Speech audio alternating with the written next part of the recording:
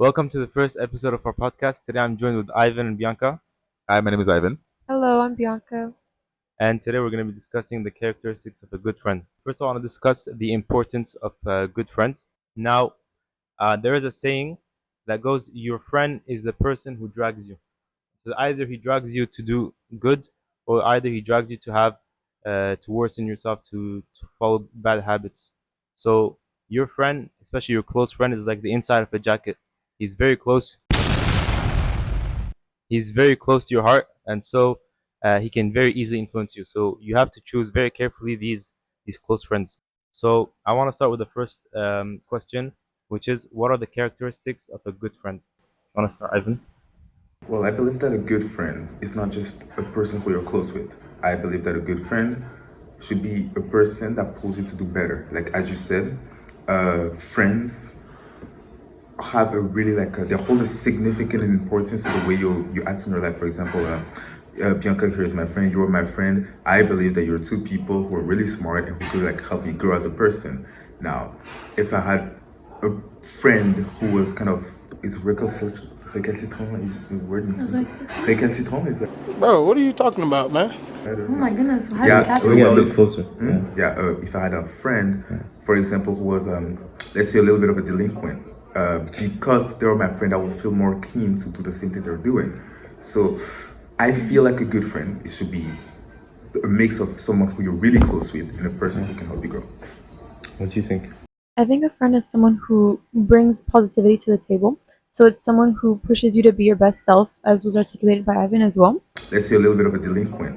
But it's also someone who holds you accountable. So they're not going to accept when you're not treating yourself well or when you're not treating others well. And they're going to push you to constantly, you know, fight against your bad habits and to really step into the person that you're meant to be. And I think a good friend is someone who supports you in that journey and who doesn't just accept the bare minimum from you, but encourages you to be better for your own sake.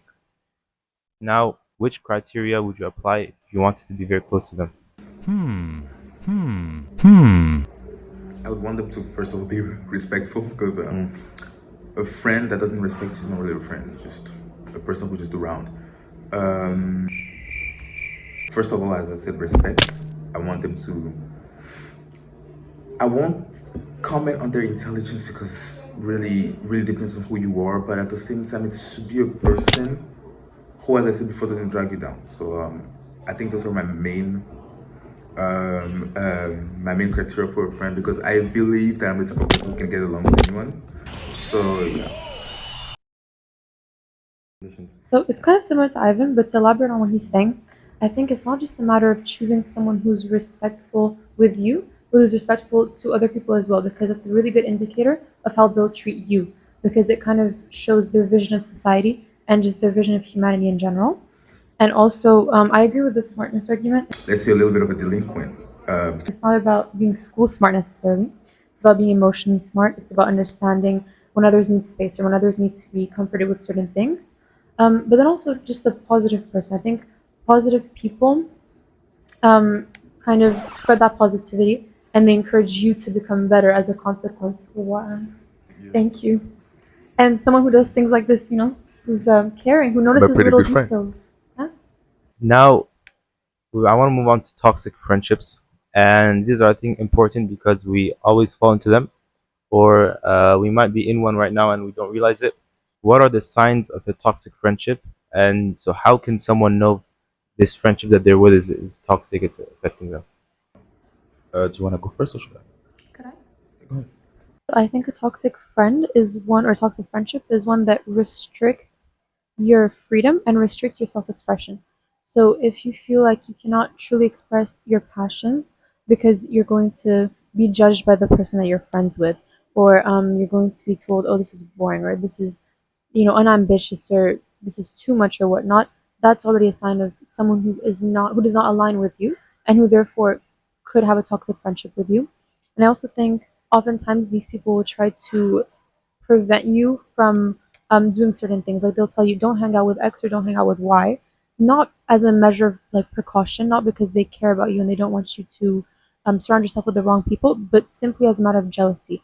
And I think they'll often make you feel guilty for doing what is best for you, and they will also disrespect you over and over again. And when you do try to hold them accountable or bring it up to them, instead of working on themselves or kind of having a moment of introspection and then thinking, okay, you know, I could be better, they go the defensive route and they decide to insult you back. Do you agree with that part of jealousy? I agree. I completely agree with what you're saying. But I feel like it's a little bit more nuanced than that. For example, if you're in toxic friendship, some like most of the cases, or at least what I've seen, is that the victims, the quote unquote victims, because it's a two-way street, like they're both kind of victims, they do not know they're in a toxic friendship. Like for them, they're friends and everything, and more often than not, they get hurt. But they believe it's a normal thing that should happen. But as a friend, I just feel like when there's not enough communication, when my mic is dead. But all right, okay. As I was saying, when I feel like when there's not enough communication in a friendship, it mostly leads it to be toxic. So yeah, that's what I want to add.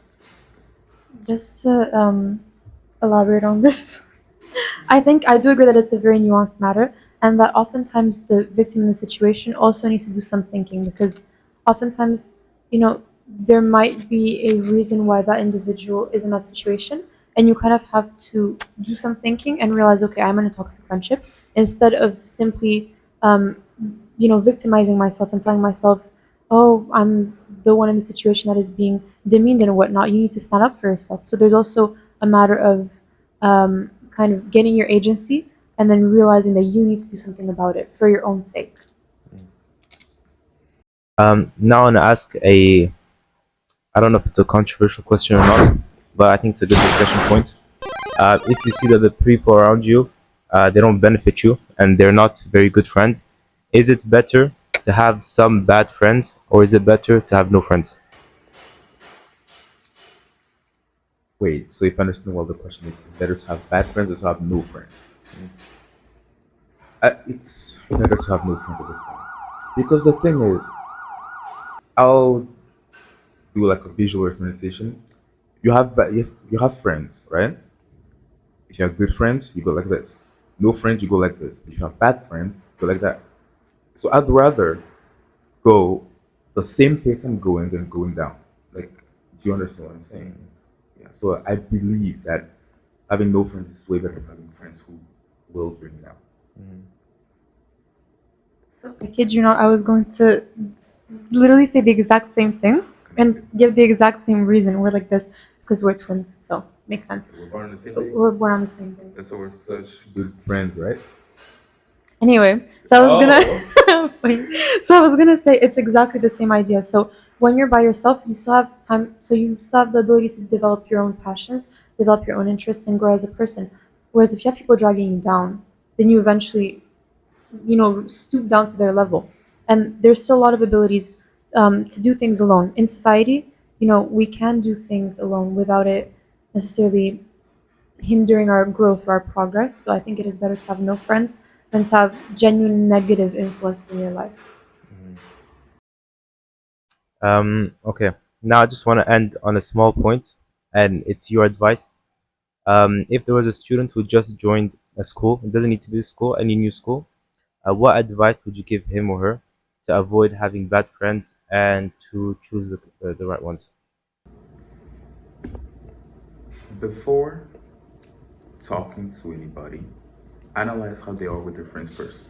What I mean by that is, of course, you can have small conversations. That's fine, but you should understand what they're bringing to the table with their already existing friends and see, is this the type of person that I want around me?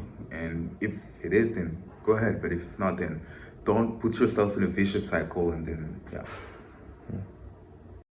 I agree with this, but I also have a piece of advice that's not fully related to friends and whatnot. It's mostly about yourself. So I think people oftentimes tend to assume the worst of people, especially if they're new, like a school. They're like, well, I don't want to hang out with them because they fit into this trope or they match this stereotype. And I think oftentimes we're the ones restricting people and we're the ones kind of putting barriers or labels on them. So I would say don't be afraid to show who you are because you think that they'll judge you or whatnot. Best thing to do is just to be authentic as much as possible and to put forward, your true personality because either way, if you want to find a true group of friends that you will get along with and that will last, you can only do that if you're in tune with yourself first and if you're expressing yourself and not trying to mask your identity. So if I could summarize, and you can correct me, you should first get to know yourself, and also look at how these friends behave with their friends before joining their friend group. So that's it. I don't have anything else. I think that was a productive discussion. Do you guys want to add anything else? No, but I believe this is a really nice podcast. I really like talking about friendships because I believe that I have pretty good friends and pretty bad friends. So discussing this with you guys helped me realize what I need to do. And subscribe to the YouTube Chan.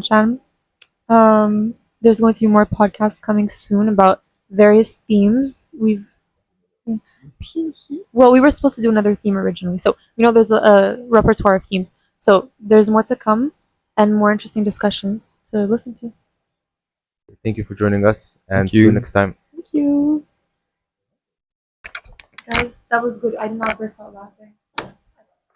Thought I would. Welcome to the first episode of our podcast. Today I'm joined with Ivan and Bianca, Hello. Hello. My two name is grade 12 Ivan. students.